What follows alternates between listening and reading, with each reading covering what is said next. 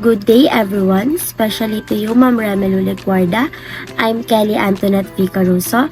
I'm one of your student at GE4 Section AN. So today I will tackle about transitive relations. So first, let's define what is transitive relations. Transitive relations are binary relations on a set where the first element is related to the second and third elements. They are type of relations in discrete mathematics along with reflexive, symmetric, and transitive relations. Condition for transitive relations.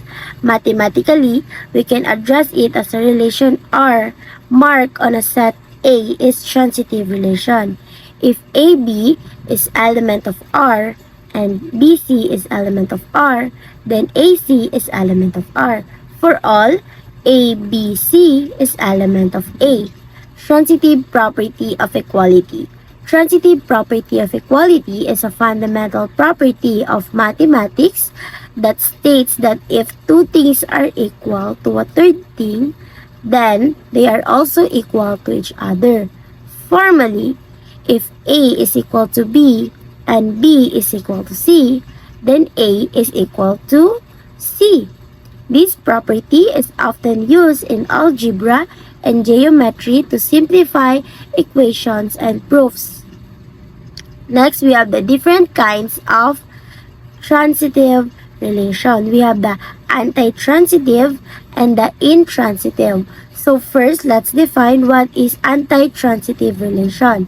Anti-transitive relation is a relation on a set where the transitive property is not held, meaning that if a first element is related to a second element and the second element is related to a third element, it doesn't necessarily mean that the first element is related to the third element.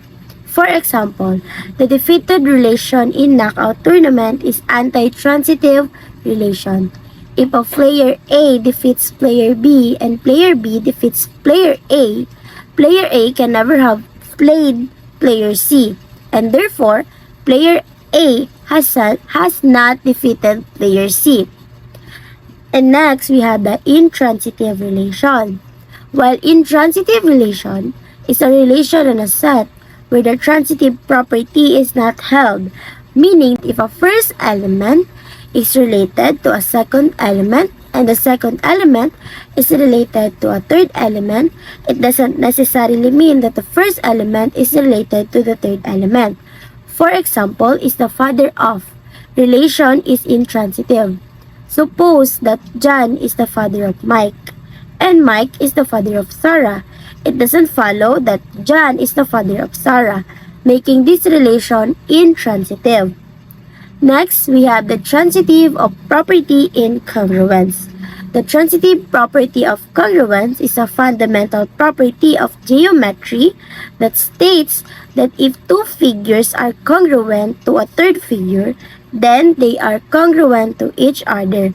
Formally, if triangle ABC is congruent to triangle DEF and triangle DEF is congruent to a triangle GHI, then triangle ABC is congruent also to triangle GHI.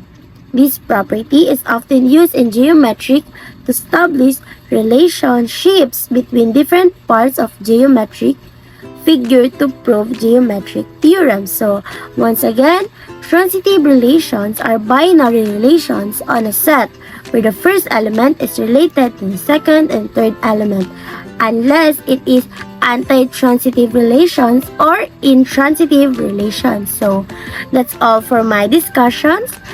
Thank you and God bless.